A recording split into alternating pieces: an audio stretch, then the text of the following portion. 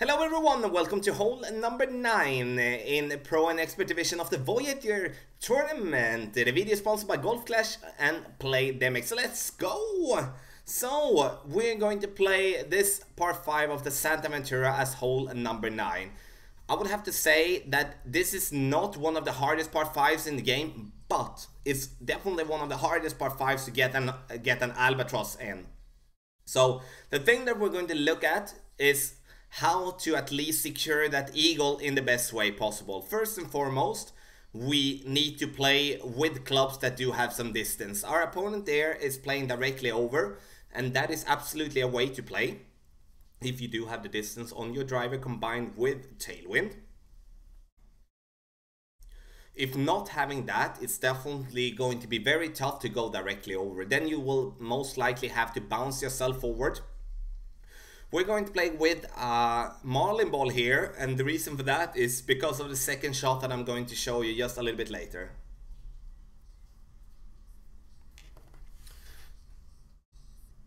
So as you can see, there's 7.4. We're going to adjust with side spin as well, and then we're going to go with slight amount of curl. As you can see, we are just handling the ball inside there. The reason we're not going with more curl is that we don't want to over curl it and go in the rough. So now we could have gone with a little bit more curl to get a little bit more distance, so we don't have to overpower that much for the second shot. So second shot here, our opponent is going to play with a guardian.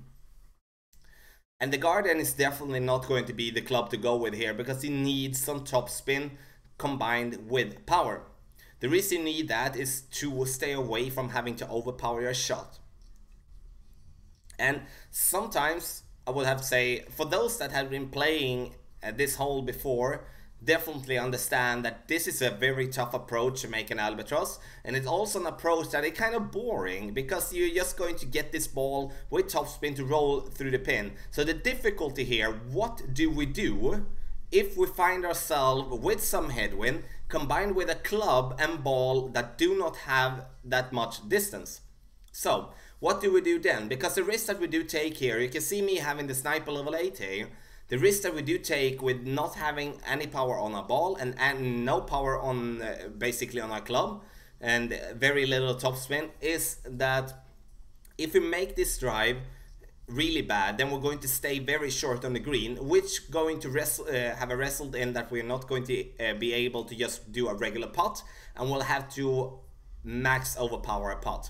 Now we just barely reach to the level where we can do a nice and easy putt, but the club selection for this hole is very important. So the club that you're going to choose, a driver that do have a decent amount of curl combined with some topspin, and also a ball with power. Power 3 is recommended in my opinion here. Second shot, you need to have a club with a lot of power as a stat as well, which could be like an upgraded sniper, like a level 9, level 10, or the big dog or the cataclysm. The big dog or cataclysm would absolutely be the spot on choice in my opinion, but a level up sniper is definitely going to be possible if we do have some crosswind or tailwind for the second shot.